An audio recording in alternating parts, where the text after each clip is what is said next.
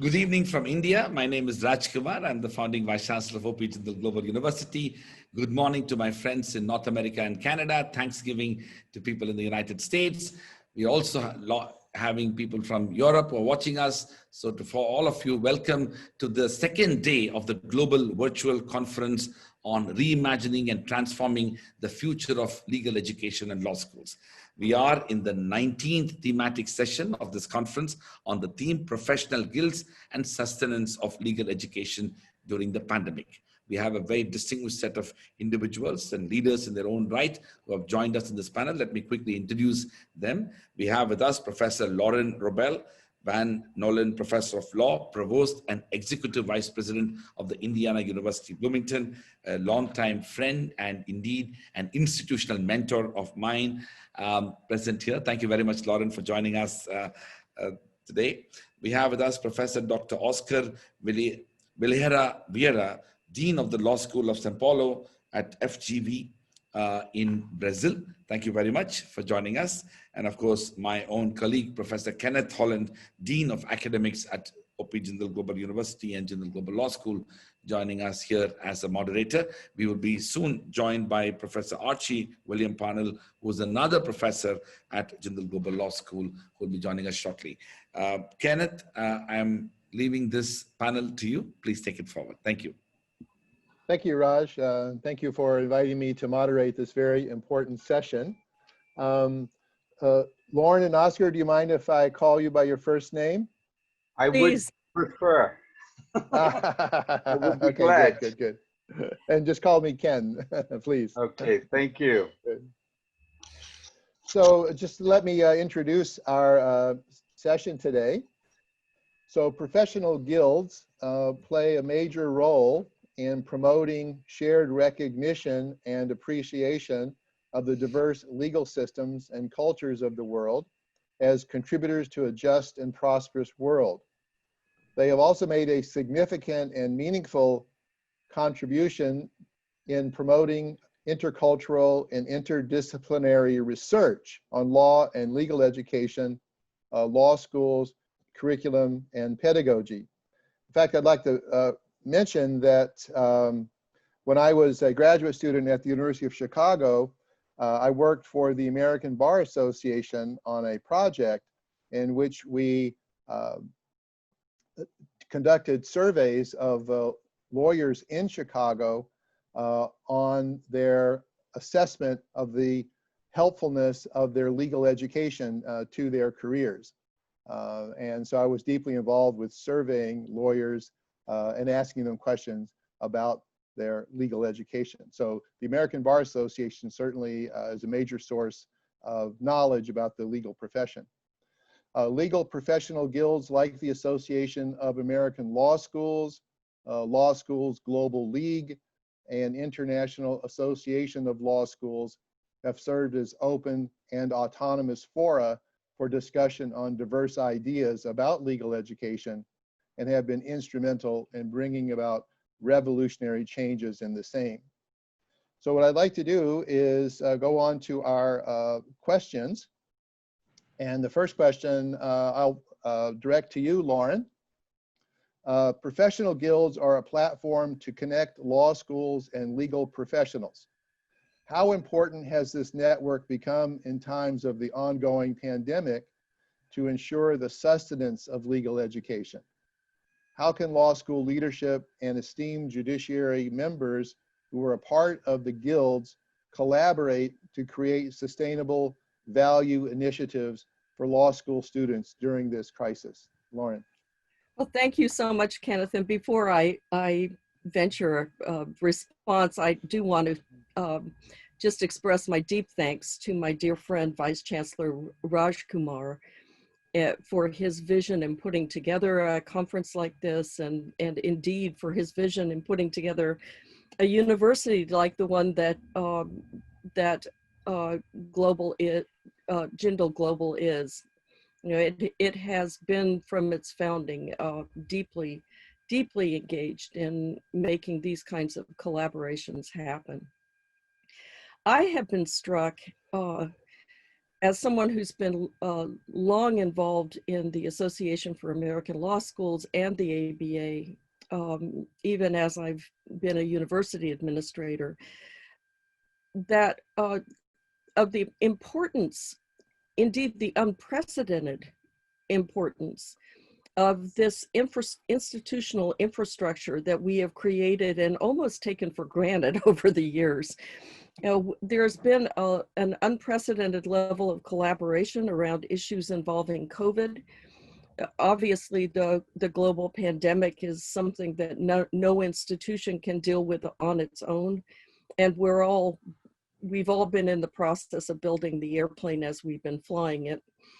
And the kind of support that these institutions have provided has been critical in ensuring that our students actually have the opportunity to advance their educations and keep moving forward during this difficult time. And I'll give just one quick example from the Association of American Law Schools, which over the course of the summer hosted weekly sessions for law school deans to ensure that every dean in the country had a window into possible ways to manage the complicated classroom situation that we all found ourselves in. So I found myself thinking frequently that the great political scientist Robert Putnam, who 30 years ago said we were all in the process of abandoning our voluntary associations, perhaps history had not come to quite the close that he thought at that point when he wrote that wonderful and seminal book. Bowling alone. Bowling alone, that's right. We're having to bowl back in leagues. Well, thank you, Lauren. Next question is for you, Oscar. Owing to the COVID-19 pandemic, the legal community is likely to be plagued by problems like loss of employment, financial distress, and fewer job opportunities for the students. How have the professional guilds prepared themselves to handle such changes? Oscar? Well, first of all, I also would like to congratulate you at Jindal. You're doing a fantastic work along this year. Since the beginning of this enterprise, a very innovative school. And this is one point. Those who have started to innovate before certainly are much more prepared to deal with the challenges that are posed at this moment. So I really appreciate and congratulate you for the efforts in the last decades.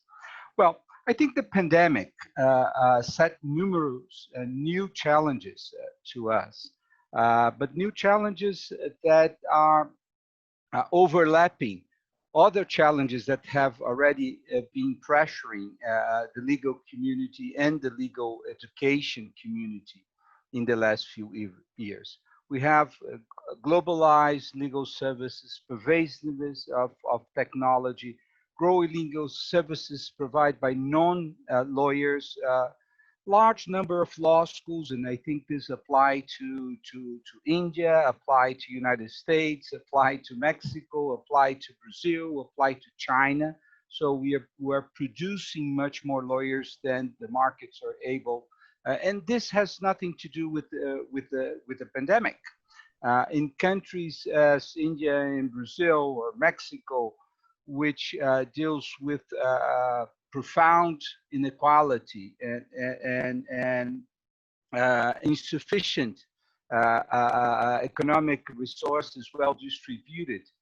These are problems that the legal profession and the legal academics are dealing for a long time.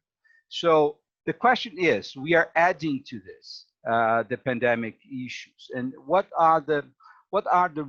is the role of the kind of guilds that we are part of? And I'm part of the Law Schools Global League. I think the first thing, and Laura already mentioned, is the repertoire of ideas. We isolated are not able to test all the wrong ideas at the same time. So if we could access a large repertoire of experiences, we are obviously better off. And I think the leagues and the other guilds were very rapid in providing this. We made several conferences, we made several seminars, we distributed materials with guidelines, and by accessing these materials. And also it's interesting because the pandemic reached countries in different moments. So we could access experiences that were already there when the pandemic reached us. So I think this was the best that these guilds could provide, and also a safe harbor to express our intranquilities at the same moment. So finally, just to resume and to agree completely with Laura, those who had capital, social capital, in terms of building along this period, trust, were in a much better position to reach to its own problems by this experience and these relationships. So I think what we will learn from here is that we will have to be much more connected, much more integrated, and with very strong ties, so we can face any kind of challenge that is put before us. Thank you, Oscar. Professor Parnell, are you online? Yes, I am. Oh, good. Hi, Archie. So I'll direct the next question to you.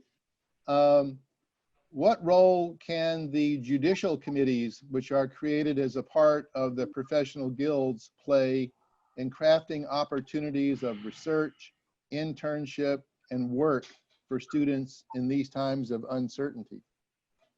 Well, thank you very much. I had a bit of a problem connecting this morning. There's a heavy rainstorm here with lightning, as my luck would have it. It's also Thanksgiving today here in the United States. I'm in the United States, and I want to take this opportunity to thank Jindal Global University for this event, and to thank Raj Kumar, the Vice Chancellor there. You know, he's a wonderful individual. This global opportunity to share knowledge for the public good is what the university is about at its core, and it's to be congratulated. So thank you on this Thanksgiving. I'm a member of the District of Columbia Bar. I'm also a member of the American Bar Association. In addition to that, I'm a member of the Hong Kong Law Society, which is the society in the guild in Hong Kong that governs solicitors. And, you know, I want to just take a minute to describe what the American Bar Association does in relation to law schools, because there's a very intertwined relationship there, and it was referred to a bit earlier today. And the American Bar Association is recognized by the U.S. Department of Education as the accreditor of first professional degree law programs in the United States. And with very, very few exceptions, all bar admitting jurisdictions in the United States, a JD, a Juris Doctor degree, and I know that's different from the LLB degrees that some schools give around the world, but a JD degree from an ABA approved law school is sufficient to meet the minimal education requirements established by a jurisdiction to qualify a person to sit for the bar examination. And of course, there are a number of different ways that people can qualify to be lawyers, but in the United States, typically it's the bar exam through and being educated firstly through accredited law schools. Now this arrangement started back in 1952, and the relationship between the American Bar Association and law schools actually started back in 1879. But so there's been a long-standing relationship between the guild, if you will, in the United States, the American Bar Association, and law schools. But the coronavirus has, of course, upended the legal education landscape. And there are so many questions now how to make things a bit, to ameliorate the situation a bit better. And bar examinations continue to proceed and that sort of thing. And so there are a myriad of questions out there about how people are supposed to, you know, deal with this. And so the Bar Association, the Guild, has assembled a guide with a variety of information to keep law students informed, to help them manage stress, to help them maintain focus on studies and so forth. And they address questions such as you're starting law school in a pandemic. How do you succeed in a remote or a hybrid first year law school situation? They also address the situation. I'm a law student. I have COVID. You know, what do I do about that? Of course, that seems to be more a medical question, but they address it nonetheless. And then they also address the impact of COVID-19 on recent law graduates, and this is getting to your question, and the rising third-year law students. And so, you know, I think that the guilds have a lot to play in all of this, and it's discussing these things with compassion and empathy. Thank you, Archie. This next question I'll direct again to Lauren. Many law schools across the world, especially those in countries worst hit by the pandemic, are still finding it difficult to migrate to the online mode of teaching, as they need major recalibrations to their systems. What help can professional guilds extend to such law schools to support them with the required resources to ensure academic continuity? Lauren? Well, thank you.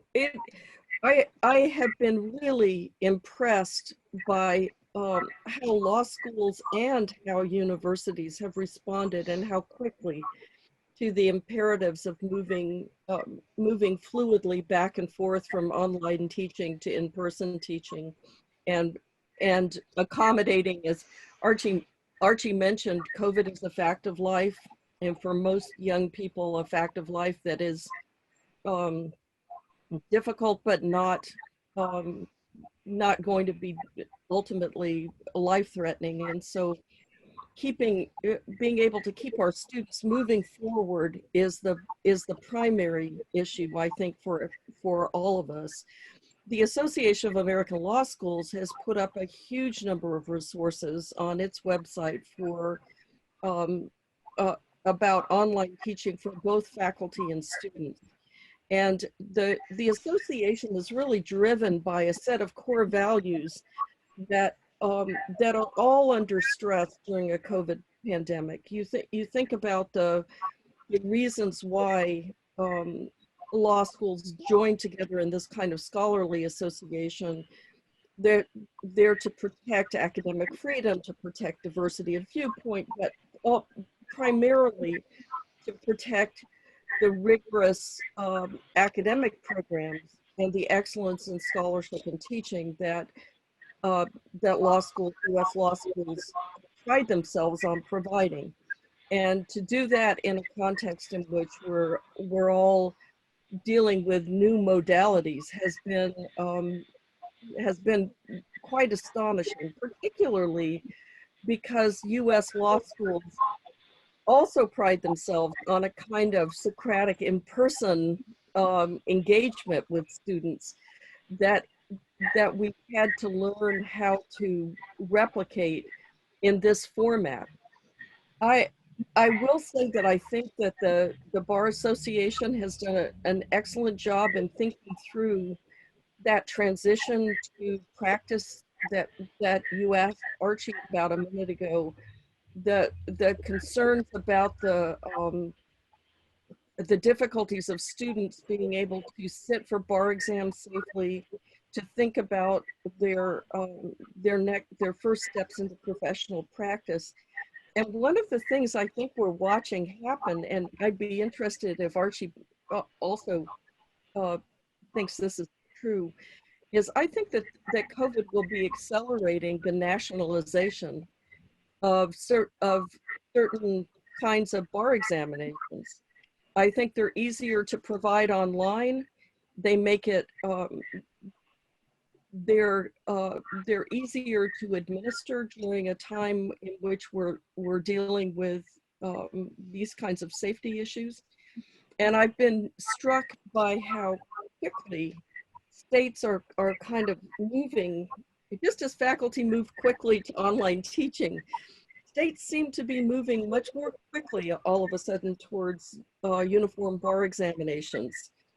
So I think we'll be seeing a number of trends coming out of the pandemic that will be interesting and virtuous, in addition to the ones that have been challenging and difficult. Thank you. Well, Archie, could you follow up on Lauren's point that there could be long-lasting effects of the coronavirus on the way, for example, bar examinations are conducted? Yes, I agree with Lauren. I mean, she makes a very, very good point. You know, you look at a situation half full, half empty kind of glass analogy, and there are positives that are going to be coming out of this. You know, in addition to the points that Lauren made, I think that we can see, and what we're doing now is sort of the beginning, I think, of this, and that is, hello? Can you hear me? Yes, we can hear you. Okay, I can't, my screen just went blank. Again, we've had a storm, the power went out here, and I apologize. But one of the things that I think we will see is, you know, a lot of more collaboration between law schools, and you will see comparative law courses taught in one university law school and then another university law school in another country at the same time, you know, comparing the U.S. and Indian tax law, for example. I think this is an accelerant, an accelerant to change in this regard. It's in this way, it's going to bring it's going to bring parts of the world closer together, and so that's a good thing. And I agree with Lauren. Could I follow up just a second, Kenneth? Because I want to just note, a few years ago, it's been probably 8 or 9, maybe even longer, Oscar, but our law schools, Indiana and your law school, and Jindal, were involved in an early experiment of a multilateral course on human rights, I believe it was, that Christy Ochoa taught. And I, at the time, the technological issues seemed daunting. You know, being able to span the time, the various time zones, and to do it in a way that made that the technology would all line up seemed quite daunting. I bet those kinds of courses will become much, much more common now that we all feel a certain level of ease with the, you know, the odd intimacy of Zoom, right? And that's an exciting possibility coming out of the pandemic. If we can now only control the weather so the power doesn't go out. So Oscar, I wonder if you could comment, what do you think will be the long-lasting effects of the pandemic on legal education? Well, I think we learn in less than a year more than we would learn in a decade in terms of using technology, of renovating our toolbox in terms of how to teach law and how to benefit of the cooperation we have with other schools. So it was amazing. It's in some sense kind of ridiculous to say that we learned so much in a crisis that kills so many people. It's sad, But the fact is that we really have disruptive experiences. In our case, in 1 week, we turned the school completely to a remote model. And we have to teach the professors to how to use this. The students were much faster. They are new generation. They were very able to adapt to the new technology. And so I think it was, for us, it was a necessity that will make us able in the future. So this is one point. What will last of this? The first one, teaching law will become much less parochial. And this is a issue for countries that are large and continental, as the countries represented in this table. We are very parochial. It's not the case of Holland or not the case of Portugal, the small countries that have already the necessity to become more globalized in their legal education. So this is one point.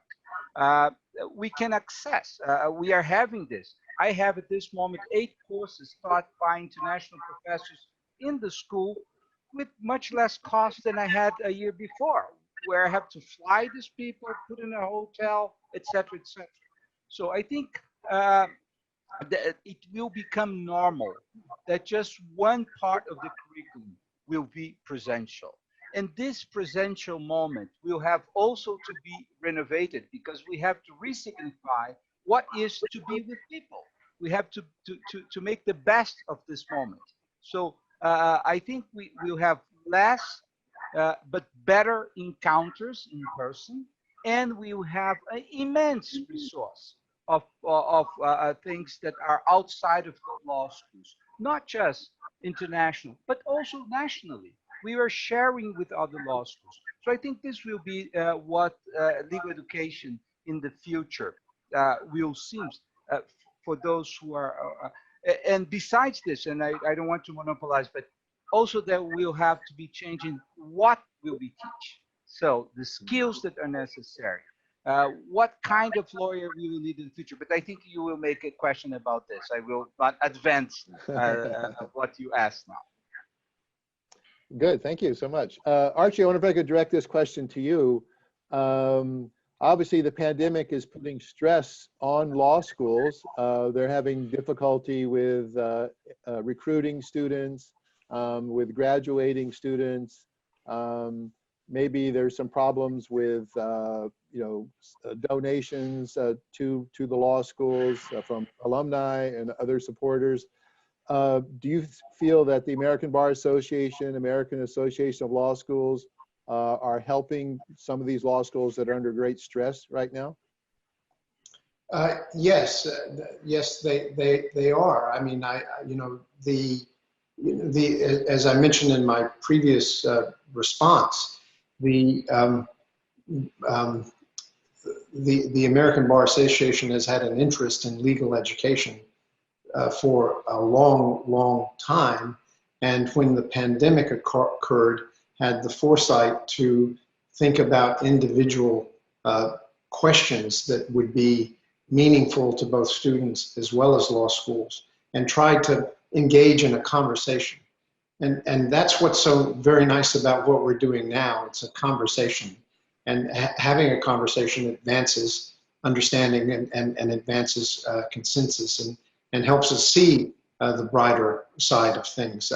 So the American Bar Association, I'm proud that I'm a member of that organization because of what it's done in a number of areas, but in this area as well. So you can log on to the ABA's website. You can watch webinars that have been already recorded on certain topics that are meaningful. What to do about the bar exam, what to do about rising 3L students, and of course, when I say 3L, third year law students in the United States. And I suspect that same sort of thing is happening across the globe with other guilds with respect to their their local bars, their societies of law, and so forth. It's a time when we bring out the best of mankind, because the best of mankind is brought out when we work together. Great. And Lauren, could you comment about the stress that you think the pandemic might be placing on law schools? Well, I do think law schools are, in this country, were paradoxically perhaps under more stress a year or two ago. You know, the pandemic has caused us to have to deal with the obvious teaching issues, but the political situation has encouraged young people to think more about law school, and so I do think that the combination of the political situation and the economic situation have increased the numbers of undergraduates who are thinking about going to law school and applying to law school at this point, and that's all to the good, I believe.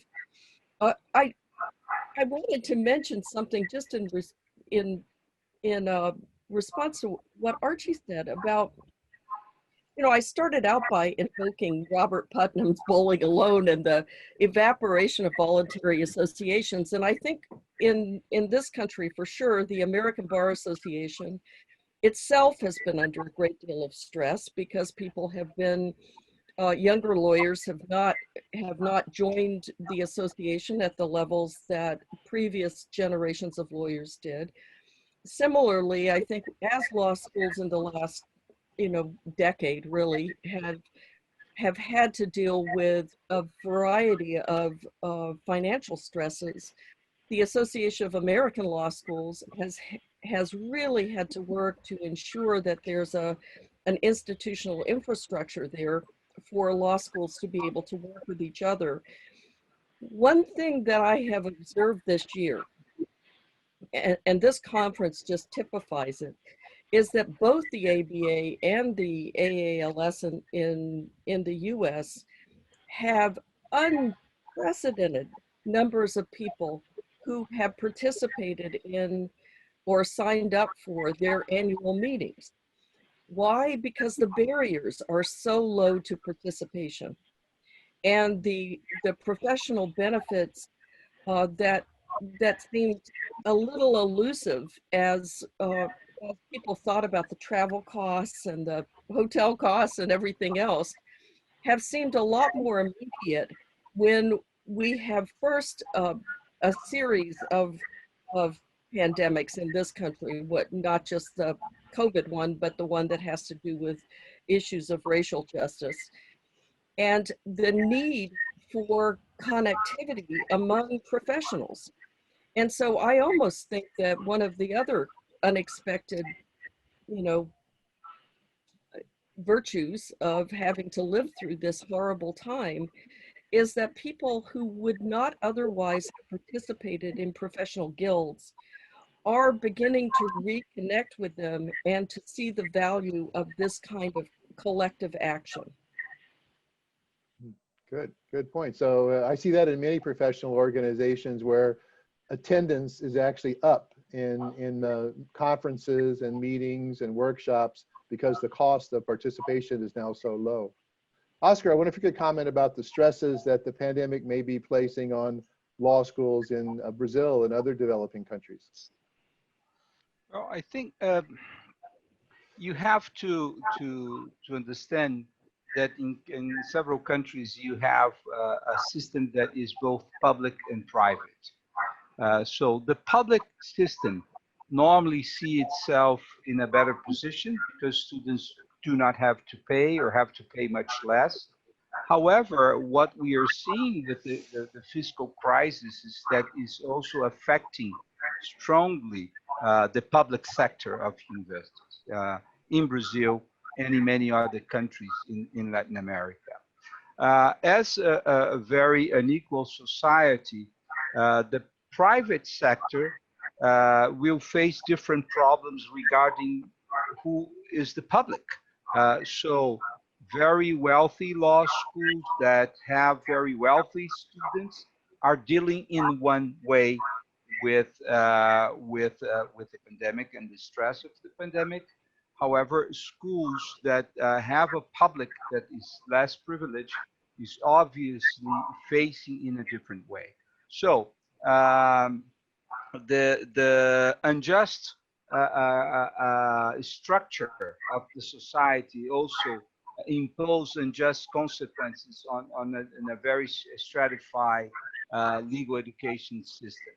I think the great challenge in this moment, not just in countries as I'm putting in the, not in the same basket, but countries with similar aspects as Mexico, Colombia, Brazil, South Africa, India, it is the old problems aggravated by the new challenges. This is the point. However, not to be that pessimistic, I truly believe that this pervasive use of technology really are decreasing some costs and will make it more democratic, the access to high quality education, even in these countries. So yes, the access to all the information that is being produced, the level of solidarity that is imposed even in people that normally do not collaborate very much. It was imposed to us. We have to deal, because it's not just about teaching. It is also about solving problems of the country. This was one of the, I think, one of the demands for law schools around the world. How do we solve problems? Problems related to labor law, to tax law, to contracts that were immediately in convulsion when we entered the pandemic. So I think law schools will be better off in the future because they were submitted to this stress. They will have to be more democratic, they will have to be less expensive, and they will have to have a function in a system which is provide pragmatic, just solutions for very complex problems. And I think this is what we learn more during this period. Thank you, Oscar. Yes, Archie, please. Yes, I just want to jump back to something that Oscar said a couple of minutes ago, which was his point about there will be fewer in the future. Once this is behind us, there will be fewer but more meaningful face-to-face meetings that we have. And it's something that, you know, on this particular day, being Thanksgiving, I think that is quite an important observation to make. I think that, you know, we realize now that we can save costs by doing this. You know, we're not unique. There are a number of businesses around the world that are coming to the same realizations. But when the face-to-face meetings do occur, I think we all miss them dramatically. I'm thinking back now, Ken, of the lunch that you and I had in the students' cafeteria at Jindal. You know, now seems like decades ago, but only a few months. You know, and I was just sort of, you know, it was a wonderful lunch. It was a good conversation, but you know, it was kind of taken for granted. It's just these sorts of things will not be taken for granted going forward, at least in the beginning after this. And so I think we will be more prepared when we meet people. We will be more, we will be ready for the engagement a bit better because we've been longing for it for so long now, and we know what we're missing. And so, I mean, it's a human point that I'm making rather than a law school point or anything else. But I think as a society, you know, we'll come out of this and we'll know that human beings are social animals and we want to be together. What we're doing now is a half step. It's a good thing. It's a much better than I can't imagine if we didn't have something like this. But going forward, you know, when we start this up again, you know, I don't think we're going to have as many because we'll recognize we don't have to incur these costs. But when we do, the lectures that people come to will be well attended. The professors will be very, very prepared. It's for in-person events, and so I'm looking forward to that day. So Oscar, this is a question back to you. As a result of the pandemic, countries have closed their borders. For example, the border between Canada and the United States is closed, has been for a long time. As Raj mentioned, there are almost no international flights into India now. So as countries have closed their borders and there's very little international travel, do you see there might be long-term effects of this isolationism we're seeing around the world, this protectionism around the world? I also think this is, if we have to put this in a larger context of nationalism, new populism, and other political movements that are making countries more isolated. And I'm unfortunately am in one of these countries that have a very nationalist, populist, autocratic president. But the worst is that I'm not the only one in the country with this situation. So I think this is one aspect. I think the pandemic will pass. I was talking with a senior pandemiologist saying in 2 years we all will get COVID and it will be a normal flu in 2 or 3 years. So yes, but I think what we are facing is a world that is much more with much more uncertainty, and with uncertainties that are much more complex, given environmental issues, economic and social distress. So I think we are facing a much more complex and uncertain world. And this is the context that we will have. We learn that we will face daily after the pandemic.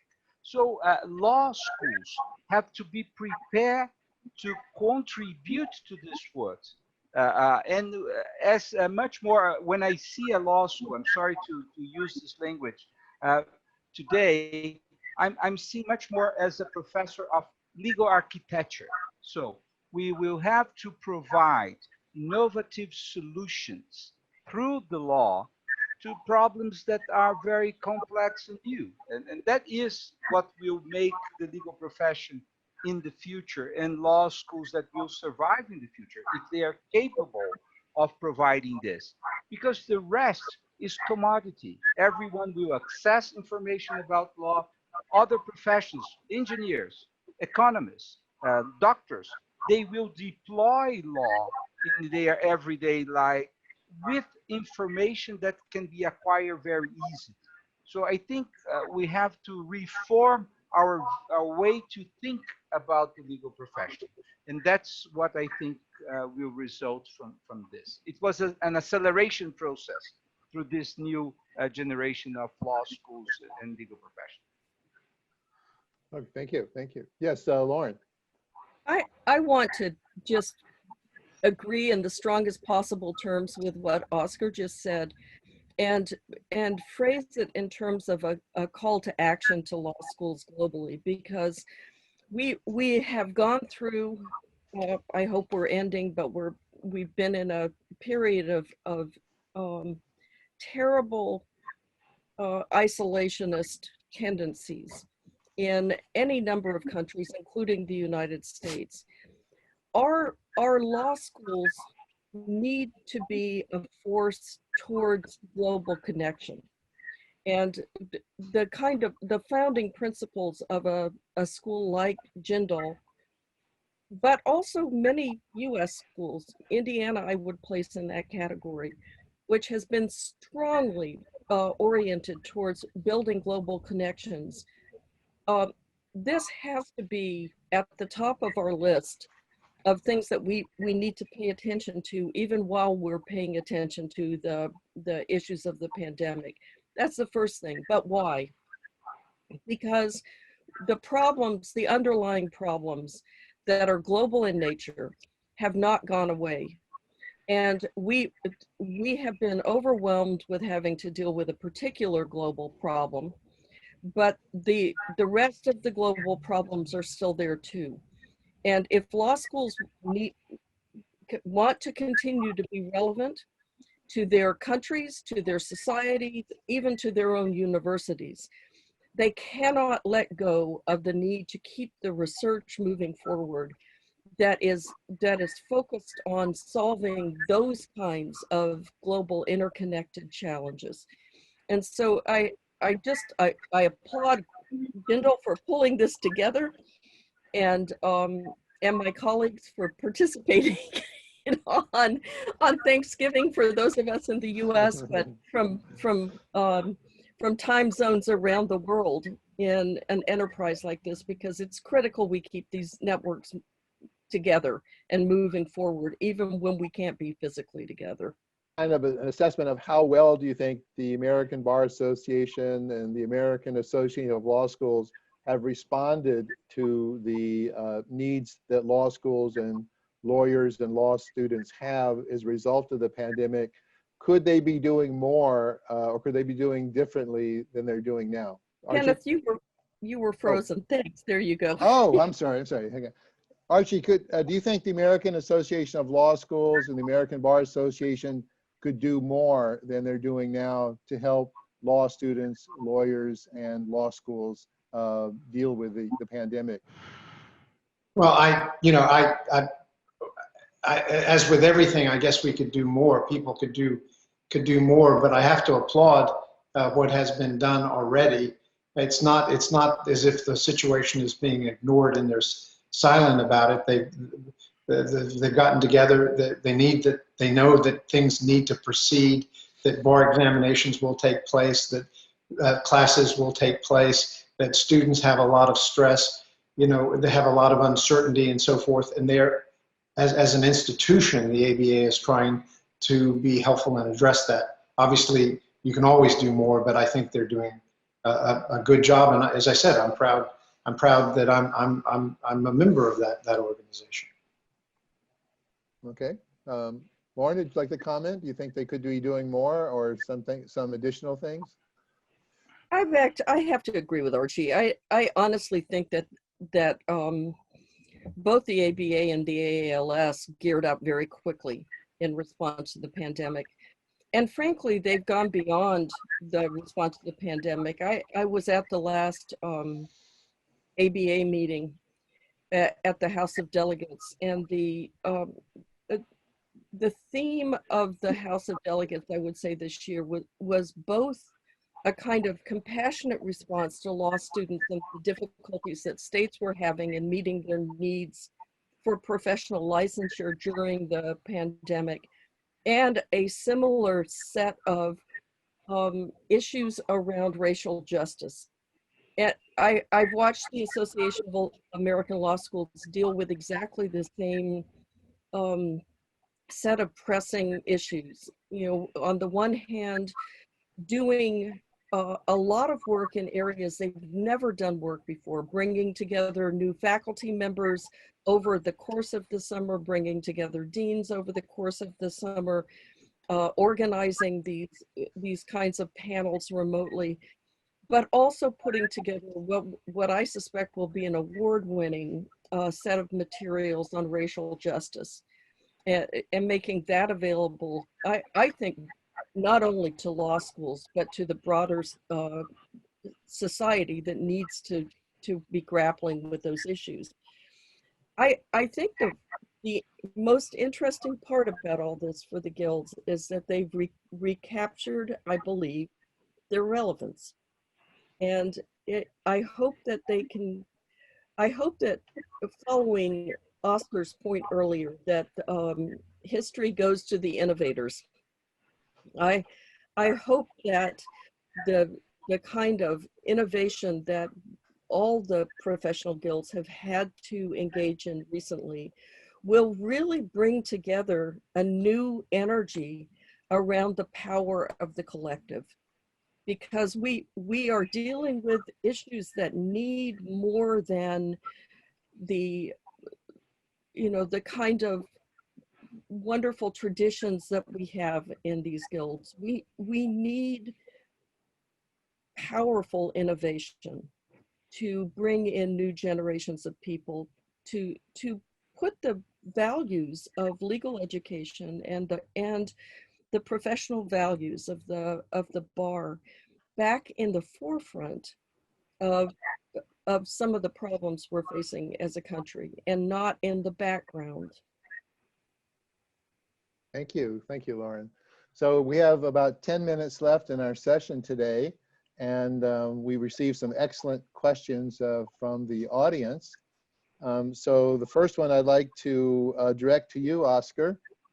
In the light of the current situation, what new opportunities are being introduced by the professional guilds to help the early career faculty members assimilate themselves to the working environment of law schools? So early career faculty members, Oscar, you want to comment on their situation? Yes, it's a good question. It's interesting. I think the old generation of law professors, and also there is a problem in the profession with digitalization and rapid changes on the use of technology. There was an obsolescence of a generation, very dramatic and rapid, at least from where I see in terms of the legal profession in Brazil. The digitalization of the courts, which assume a new velocity in this year, just alienate a generation in a moment. And at law schools, I would say, seeing my white hairs, that professors also have an immense challenge in terms of the new technology, because it's not just new technology on teaching, it's new technology and other ways of approaching research. What we originally thought as reasonable research in law changed immensely in the last few years. We had a privilege to have, some years ago, Fukuyama, another important political scientist. He came to make a conference here at our school, and he arrived early. So I had the privilege to have coffee with him and chat a little bit.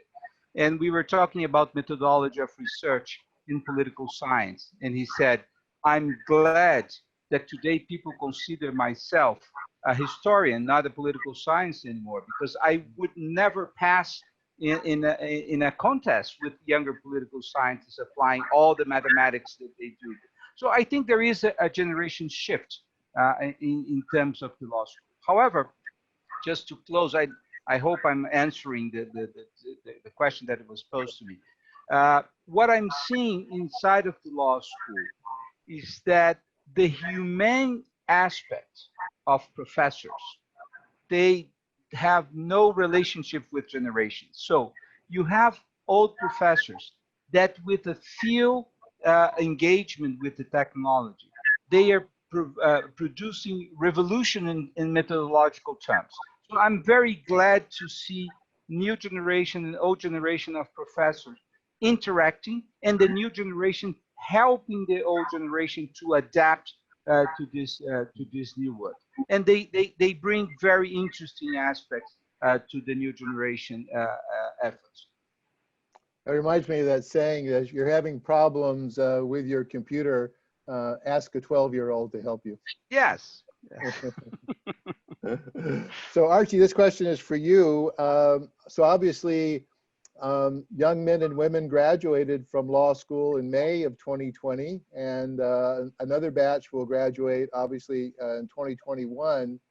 What types of problems do they face that maybe their predecessors did not face, and how could the ABA, for example, help, or state associations help these recent graduates?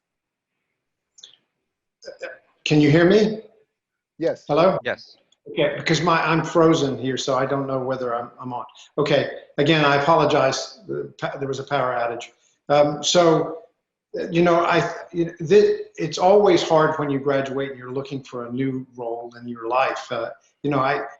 Obviously the advice is to be persistent, to continue your efforts, not to give up, to keep at it, to get up every day and be positive about things in order to try to make things better. And I do believe that we need people to recognize that and to help. I mean, in terms of state organization, I'm aware that here in South Carolina, for example, the state law school, the state bar has recognized that there are a number of students that get to the law school, and the law school is the great equalizer. They go to a place, a building that everybody is using the same building, but when it's remote, they have many differences and much harder time of it, some segment of the population. And so there's an effort to help with funds through private contributions in order to help certain segments of students. It's a tough time. We have to work together to try to get through this and get to the other side. Thank you. Raj, I think it's now time to turn it over to you for closing remarks. Thank you very much, Kenneth, and great to see you, Archie. And what an extraordinary panel, because when we actually formulated this particular theme, we were conscious of the fact that these type of guilds and associations and organizations vary from different countries, societies, and even regions. And increasingly, they have come to play a very important and rather significant role. And some of them have assumed a greater leadership role, and some might have to do some catching up. But one thing is very clear, that the expectations that have been generated due to the pandemic has only helped these institutions to re-examine their role. Maybe they will get nudged in some societies to be prepared for such eventualities, but more importantly, strengthen their way of communicating with the institutions as well as their stakeholders. So we couldn't have got a better group of people for actually discussing and talking about this. So thank you very much, Lauren, as well as Professor Oscar, and of course, Archie. And thank you, Kenneth, for chairing this session.